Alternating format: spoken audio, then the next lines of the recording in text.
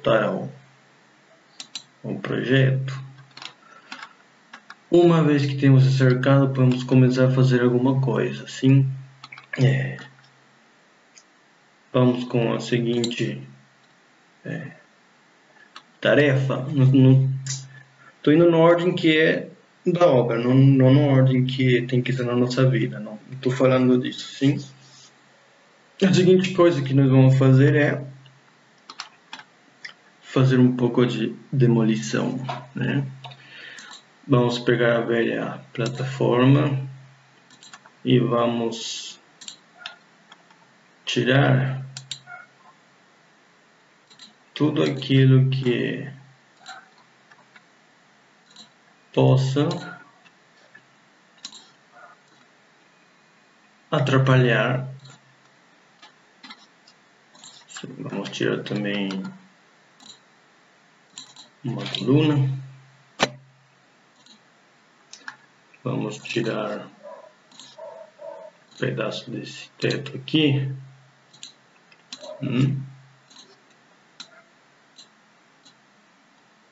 Estava dizendo tirar tudo aquilo que possa atrapalhar no nosso caminhar cristão. O que é isso de tirar tudo aquilo, de derrubar, de fazer uma demolição? Talvez você já pensou em alguma coisa da sua vida que esteja te atrapalhando. E assim temos que fazer. Tudo aquilo que não nos deixa construir, crescer. Quero compartilhar também algumas passagens. Vamos, por exemplo, ver. Primeiramente, vamos falar do Senhor. Salmo 107, versículo 16. Salmo 107, 16. Pois arrombou as portas de bronze e quebrou as trancas de ferro.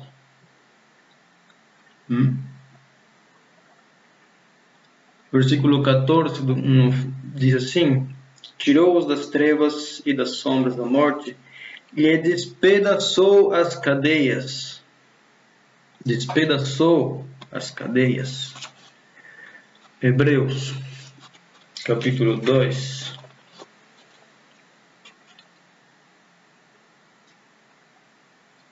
Versículo 14. Diz: visto, pois, que os filhos têm participação comum de carne e sangue, desses também ele igualmente participou, para que por sua morte destruísse aquele que tem o poder da morte, a saber, o diabo, e livrasse todos os que pelo pavor da morte estavam sujeitos à escravidão por toda a vida. Então, nós temos um Senhor que destruiu tudo aquilo que podia nos separar dele. Em Romanos lemos: que pode nos separar? Olha, os inimigos que nós temos estão destruídos, estão vencidos. Se ele destruiu tudo para poder nos levar a Deus, não devemos nos deixar que coisas possam nos colocar longe dele. Mas não estamos sozinhos nessa missão, nesse desafio. Deus nos deu armas, nos deu recursos para destruir tudo aquilo que pode nos atrapalhar. Vamos ver o que diz. Anotei aqui um versículo também, que é na Epístola aos Coríntios, na segunda aos Coríntios,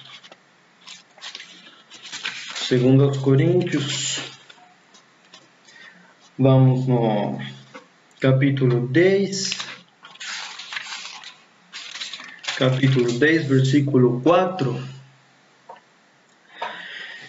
diz, versículo 3, porque embora andando na carne não militamos segundo a carne, porque as armas da nossa milícia não são carnais, e sim poderosas em Deus. Tem alguma coisa, alguém mais poderoso que Deus? Poderosas em Deus para destruir fortalezas. Depois diz, anulando nossos sofismas. Aqui estou falando sofisma, mas quais são as fortalezas levantadas contra você? Você tem armas poderosas em Deus, diz aqui. E quais são essas armas? Bem, Efésios nos fala de uma armadura de Deus. Fala da palavra como uma espada, né? E sim, podemos destruir fortalezas. Temos poder em Deus para destruir fortalezas. Como lemos no Salmo 107, como lemos em Hebreus, o Senhor acabou com tudo. Nós temos que tomar a palavra para destruir tudo aquilo que nos afasta, tudo aquilo que nos impede de crescer. Como se faz isso? Vamos pensar num copo de água cheio de água podre. Como fazemos para tirar isso? Se nós começamos a colocar água pura naquele copo de água podre, começamos a enchê-lo, vai chegar uma hora que aquela água podre vai começar a sair. E a água pura que nós temos à nossa disposição é inesgotável. Então chega um ponto que aquele copo vai estar cheio somente de água pura. E, bem, pensei nisso. Naquela destruição que nós precisamos fazer. Talvez seja uma coisa diária, né? Porque existem muitas coisas que podem nos fazer perder o foco, que nós precisamos tirá-las. Bem, vamos à seguinte tarefa. Voltamos ao projeto. Uma vez que temos isso feito, nós estamos prontos para colocar aqui, colocar o que vai ser o alicerce da nossa pequena torre. Sim, vamos ubicá-la por aqui.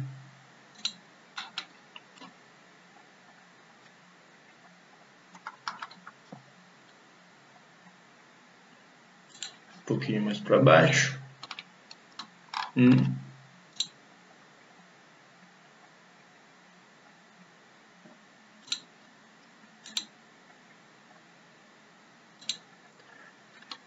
Aí temos os alicerces colocados. O fundamento, a base. E aqui outro desafio. Não sei se tanto um desafio, mas nós precisamos estar certos de qual que é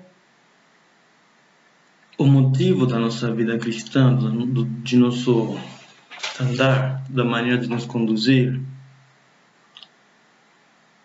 Qual que é a tua base? Qual que é a minha base? Será que é um conjunto de regras? Será que é um padrão de comportamento? Será que é o que vão pensar os irmãos? Bem, também temos um versículo bem conhecido na primeira epístola aos Coríntios, no capítulo 3, no versículo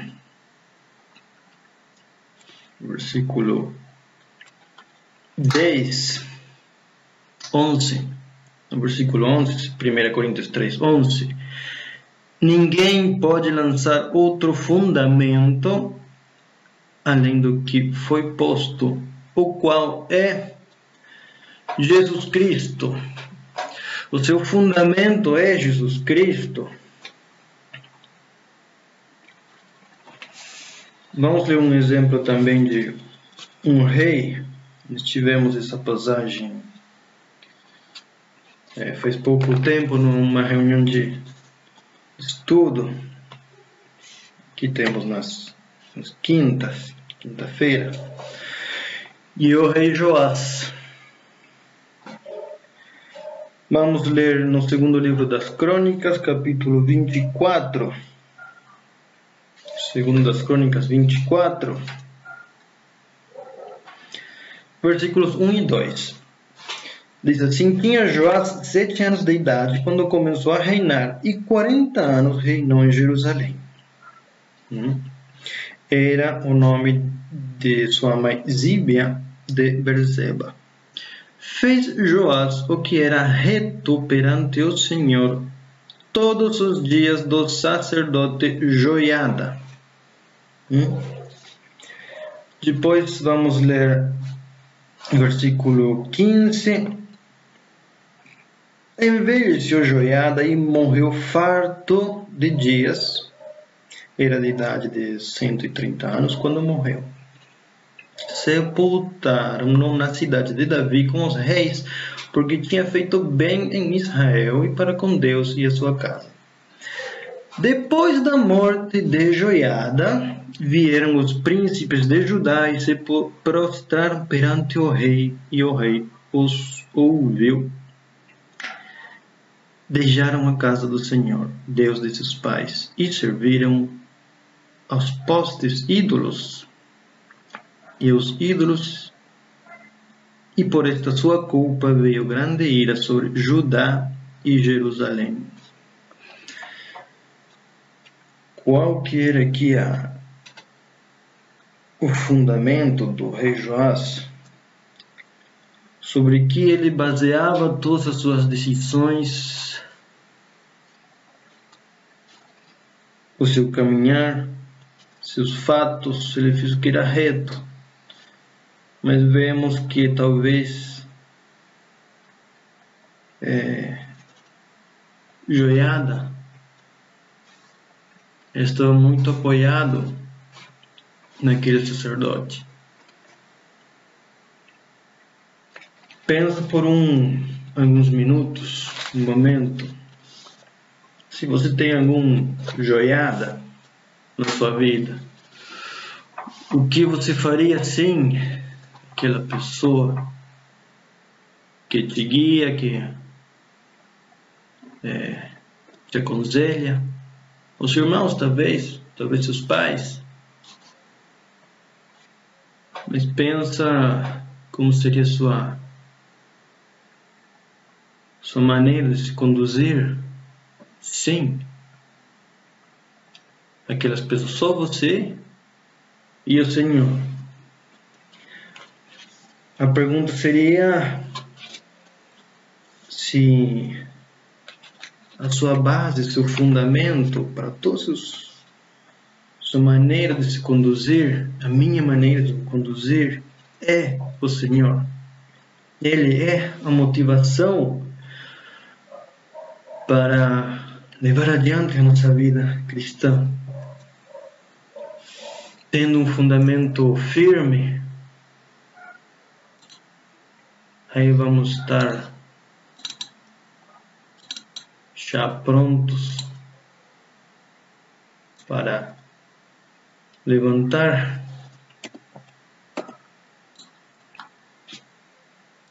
para fazer, para poder edificar. E quais são as nossas tarefas? Quais são as nossas obras a fazer? Bem,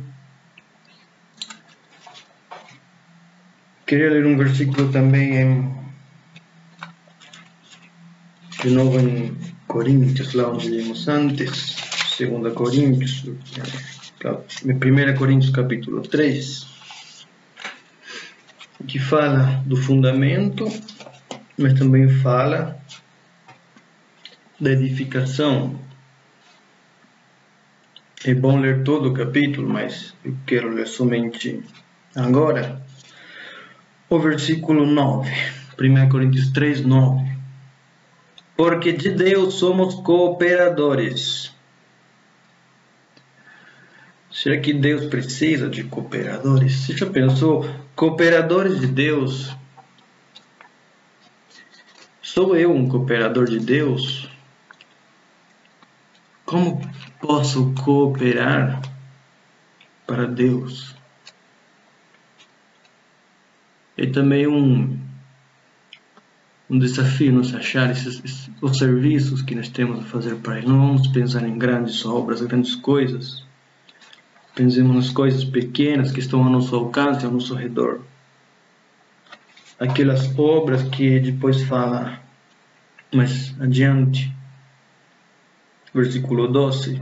Edificar sobre o fundamento. Deus leva em conta a obra de cada um. Sim.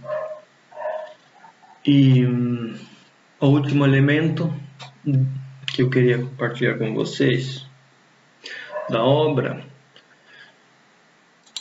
sim, uma vez que nós fizemos todas, em cada uma das plataformas, temos que fazer uma coisa parecida com isso. Por cima vai ver a ponte que atravessa de um lado até o outro. Sim. O que me faz pensar essa ponte? Bem, penso em muitas coisas. Penso para fazer aquela ponte, se viram a imagem que mostrei no começo. Tem muitos fios aí. A ponte não pode ser montada por cima. Não pode ser elevada por baixo. Tem que montar alguns dispositivos em cada uma das torres e enfiá-lo entre os fios que passam por cima e por baixo. Isso tem que ser feito de noite. É uma tarefa que não pode ser feita durante o dia. Tem que cortar o serviço do trem de noite e fazer a montagem pela noite. Depois, durante o dia, continuam os trabalhos, completando o teto, os laterais, os lados, né? Mas a montagem tem que ser feita de noite. Então é um trabalho que deve ser feito dia e noite. Já pensou em algum versículo? Vamos ler em Josué. Josué capítulo 1. Josué 1. Versículo 8. Não cesses de falar deste livro da lei. Antes, medita nele dia e noite, para que tenhas cuidado de fazer segundo tudo quanto nele está escrito. Então farás prosperar o teu caminho e serás bem-sucedido. A ponte me faz pensar em perseverança. Perseverança é um dos grandes desafios que nós temos nos dias de hoje. Nos falta muitas vezes perseverança, esse trabalhar dia e noite, esse nos ocupar, sim, que diz da palavra, dia e noite. Às vezes lemos de manhã, não lemos de noite. Tem outro versículo em outro lugar que fala dia e noite. Em outro versículo fala noite e dia. Não sei por que troca a ordem, mas me faz pensar que tem que ser uma coisa contínua, né? E assim como a ponte se leva de um ponto a outro por cima, a perseverança é o que te mantém naquele ponto que você chegou. É o que te impede cair. Tem outro versículo no Salmo 119, eu anotei aqui. 119, estou achando agora o versículo. Mas fala de guardar os mandamentos continuamente até o fim. Perseverança que nós precisamos. Para falar a verdade, a primeira coisa que eu pensei quando falaram para mim qual que iria ser o tema dessa edição do Acampa Jovem. O primeiro desafio que veio a meu coração, a minha mente, perseverança. Vemos também lá em Lucas, na parábola do semeador também, vemos que quando o Senhor Jesus explica a parábola, todos aqueles que receberam a semente, todos ouviram, mas fala aí que o único que deu fruto com perseverança foi aquele cujo coração era a terra boa. Que possamos ser encorajados a perseverar. Aquela ponte me faz pensar na perseverança. Trabalhar dia e noite. Também, quando você vai de um ponto a outro, tem que ser montado entre uma torre e outra torre, levado de maneira lateral. Não pode se desviar nem à esquerda nem à direita, tem que apoiar justo na torre da plataforma seguinte. E um processo que também leva paciência.